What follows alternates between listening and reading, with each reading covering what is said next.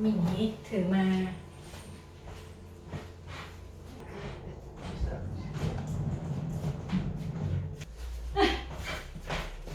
อันนี้ก็ถือมา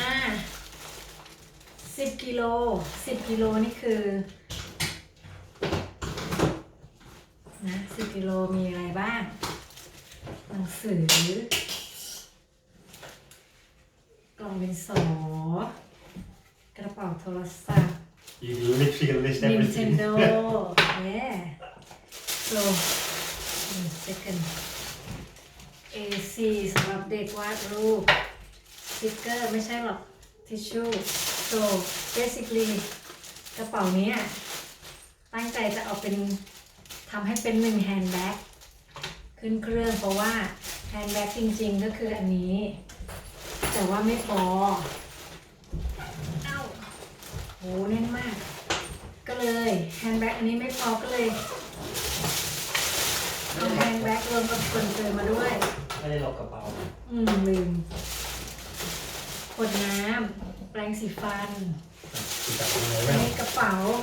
ส่วนเกินของที่เกินอยู่ในถุงนี้เอามาไม่ได้เอาเข้าแฮนด์แบ็กไม่ได้ก็เลยต้องเอาอันนี้เป็นที่ชั่งน้ำหนักก็ใส่มาด้วยเราต้องใช้กราวหน้าอันนี้ของยิบเลยนะคะก็คือสรุปเนี่ยนี่เดี๋ยวก่อนกระเป๋าอันเนี้ยมันเป็นแฮนด์แบ็กที่จริงๆมันเอาอันนี้เข้าไปนะเอาสีนี้เข้าไปในกระเป๋าเป็นแฮนด์แบ็กอันเล็กแต่มันไม่พอต้องเอาอันนี้ออกมาเป็นแฮนด์แบ็กอันยาวมันไม่พอก็เลยต้องเอา2อันนี้ใส่ไปในถุงอันนี้เพื่อให้เป็น one hand bag เพราะฉะนั้นในนี้10 กิโลนะคะรวมกันโซ่อันนี้เป็นกระเป๋านี่เป็น1 hand bag ก็หนักอยู่มีทุกอย่างอ้าวโซ่ Do I just stand here and go, oh my god, oh my god? โอเคขนม here for you daddy บน aeroplane What is it? อันนี้ก็ขนมเด็กมีเม็ดแตงในขนมแยกไว้นี่ก็ขนมเอามากินบนเครื่องด้วย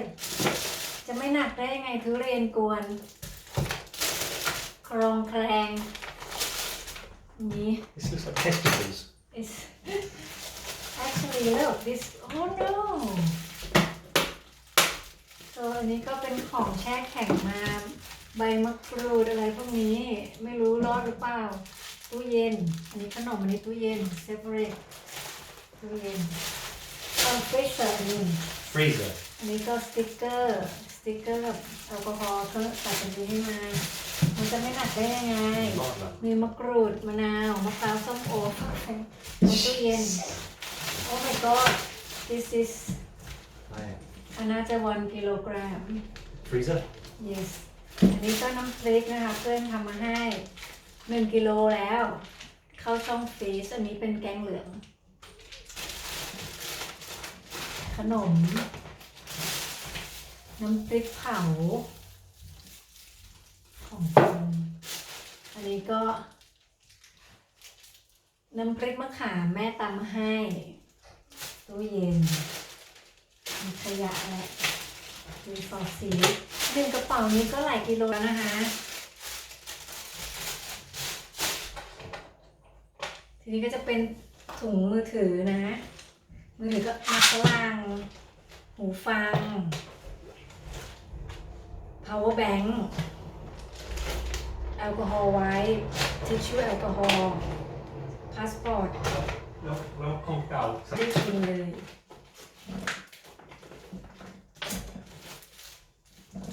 หน้ากากเด็กกระเป๋าสตางค์กิมโบหนักแค่ไหนกิมโบอันเดียวก็หลายโลแล้วเกมโดรนนี่นะคะกระเป๋ามือถืออันยาวพับเข้าไปมันก็จะเป็นกระเป๋าถือไม่ใช่กระเป๋ามือถืออันนี้ก็ยาลูกสเปรย์แอลกอฮอล์พับลูกเผื่อไว้อันนี้กันชื้นนี่นะคะพับอันนี้เข้าไปก็จะเป็นนี่กระเป๋ามือถืออันเล็ก ลูกอมลูกอม6ทาน Triple A 4-5 ก้อนเขาให้ใส่ในมือถือกระเป๋าถือไม่ให้ใส่ในสุดเคสแปลกเนอะบางสายการบินก็ให้สลับกันเนอะกุญแจบ้านซึ่งหนักมากทิชชู่เปียกยาลูกหนักไหมแต่ดีมีแต่ของหนักอ่ะอันนี้กระดาษสมุดโอ้นี่หาไม่เจอหมอนลมไม่ได้ใช้เลยเพราะว่ามันอยู่ลึกมาก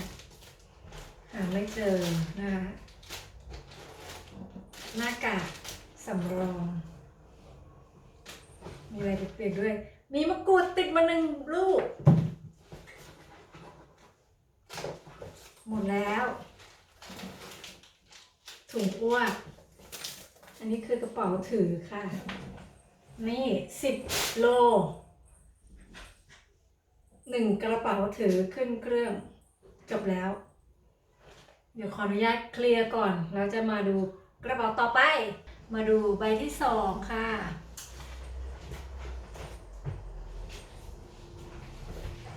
ใบนี้ขึ้นเครื่องได้12 กิโลมาดูค่ะว่ามีอะไรบ้าง12 กิโลลูกจากหรือว่าลูกชิดกระเทียมอันนี้คือของเหลือแต่ว่าต้องเคลียร์ออกจากบ้านนะคะมะกรูดก็กระจายไปในทุกกระเป๋าเลยมะกรูดมะนาวมะพร้าวส้มโอฟักแฟงแตงโมกระยาศาสตร์เส้นหมี่มะนาวอีกแล้วอันนี้ข่า